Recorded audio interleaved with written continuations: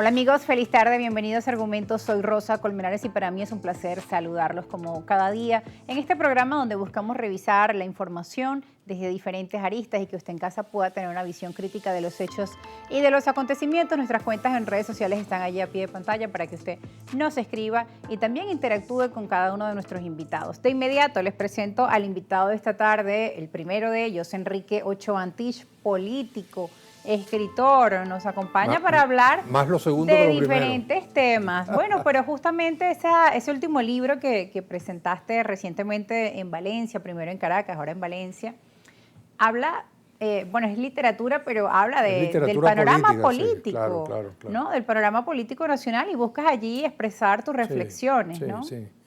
Bueno, en primer lugar, muy contento de que estés de vuelta después de tus tiempos fuera. Y felicitaciones por esa bebé que ya vi en la foto, que está muy bella. Sara Sofía, bella. Nada más y nada menos, dos nombres poderosos, te decía yo. Bueno, la novela que se titula La marcha sin retorno, efectivamente, como tú dices, de alguna manera retrata lo que vivimos como país. Son 8 personajes que van en una marcha que cruzan la ciudad.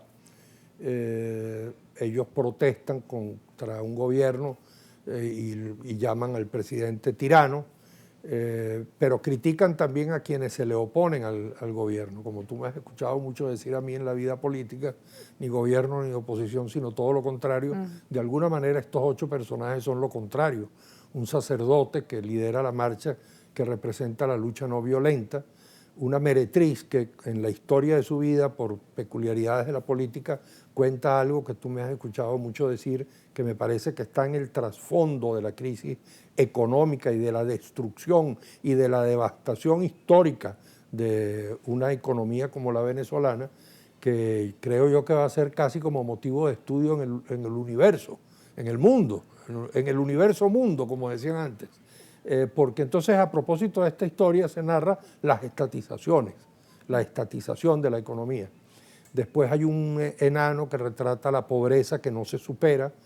Hay 2 enamorados que de alguna manera, un poco jugando con Romeo y Julieta, Montescos y Capuleto, ella es oficialista de un barrio de Caracas y él es oposicionista o educado en una familia oposicionista. Los 2 jóvenes, por lo tanto, prácticamente no han visto otra cosa sino eso que en la novela se llama la revolución confusa o la revolución fingida. Él es un oposicionista radical y entonces los 2 curiosamente se enamoran y un poco trato de retratar la fractura, pero por supuesto cuando se enamoran hay un enorme conflicto de conciencia, porque ella y sus familiares, ella se dice y los familiares le dicen, ¿cómo te vas a enamorar de un oposicionista? Y a él le dicen lo mismo, ¿cómo te vas a enamorar de un oficialista? Pero en el amor hay el reencuentro, la posibilidad de reencuentro, que a mí me parece que es algo que tenemos los venezolanos pendientes. Y de vencer la polarización, logran vencer estos personajes. Bueno, no nos puedes contar todo, no puedo contarlo todo, pero ahí está. Pero van por ahí. Hay un sindicalista que narra la historia sindical del país. Yo no sé cómo lo hice, pero en 96 páginas está contada la historia de 100 años. Y yo creo que, a veces digo yo que para los jóvenes, que quizás a veces no tienen muchas nociones de cómo fue que se llegó hasta aquí, ahí de alguna manera está contado ese proceso que nos trajo a la situación en la que estamos hoy. Por supuesto, es una novela de ficción, es una ficción, no es un libro de historia. Retrata muchos hechos con alguna precisión histórica. Hay un anciano luchador de izquierda que de alguna manera es el autor de la novela, que está decepcionado por todo lo que ha terminado viviendo, después de haber luchado toda su vida por un ideal de cambio social, ¿no? de alguna manera. Entonces, bueno, me siento muy contento y la novela está allí, está en las librerías de Caracas, está en Valencia, en Barquisimeto, Maracaibo, en varias librerías, y pues me siento muy feliz de haber dado este paso de la política activa. Uno nunca deja la política. Yo le digo siempre a mi buen amigo Simón García, que también me dijo el otro día, como que voy a seguir tu ejemplo y voy a tomar un poco de distancia del activismo político. Bueno, nosotros tenemos el ejercicio de ciudadanía. Eso no lo puede perder ningún ser humano nunca.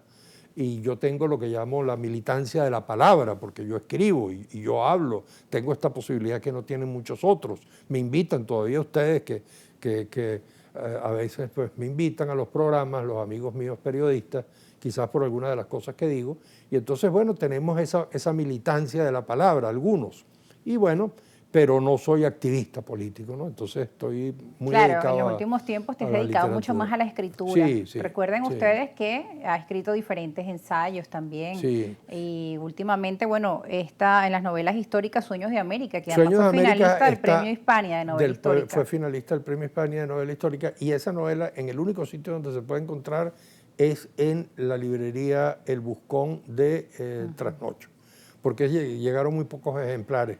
Tengo la promesa de, no voy a decir quién, pero una editorial venezolana que la va a imprimir, y va a haber una edición venezolana que ya sabrá. Y esta de La Marcha Sin Retorno, que es una especie de novela histórica, tiene ficción y algo de realidad. Y es muy corta, son 96 páginas, yo creo que cualquiera que la lee para un fin de semana sale de ella y la lee y la va a disfrutar. Creo que se disfruta, los que la han leído me han dicho que se disfruta la novela. Y ahí que te habías inspirado en el realismo mágico de García Márquez. Hay mucho de eso, porque yo tengo una enorme influencia inevitable.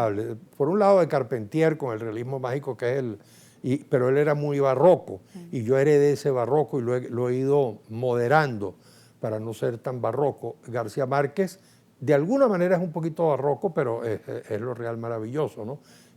Mi ejemplo, creo yo que el ejemplo de buena parte de los escritores latinoamericanos desde el año 67 para acá, que fue el año de su publicación, es 100 años de soledad, ¿no? Es lo inalcanzable como novela, no es la novela total, la novela casi perfecta. Pero claro, hay mucha influencia. Vanessa Davis, por ejemplo, cuando la leyó la novela, me dijo, veo que es un García Márquez con tu propio verbo, pero hay algo de García Márquez allí. Y sí, pues evidentemente, ¿no? Hay mucha influencia de... La Marcha Sin Retorno, bueno, Sí, espera leerla pronto. ¿Dónde lo pueden encontrar también aquellas personas que están allí? En Caracas está en Tecniciencias, está en diferentes el Bucón, librerías. está en Cálatos, está Okay. en muchas librerías. Puedo decir que en Barquisimeto está en Clip, en Maracaibo está en la librería, las librerías Europa, y en San Cristóbal está en Nacho, en el centro comercial Ciudad Tamanaco, y bueno, está en Cumaná también, están en El Mundo del Libro, en Cumaná, en Maracay, en varias librerías.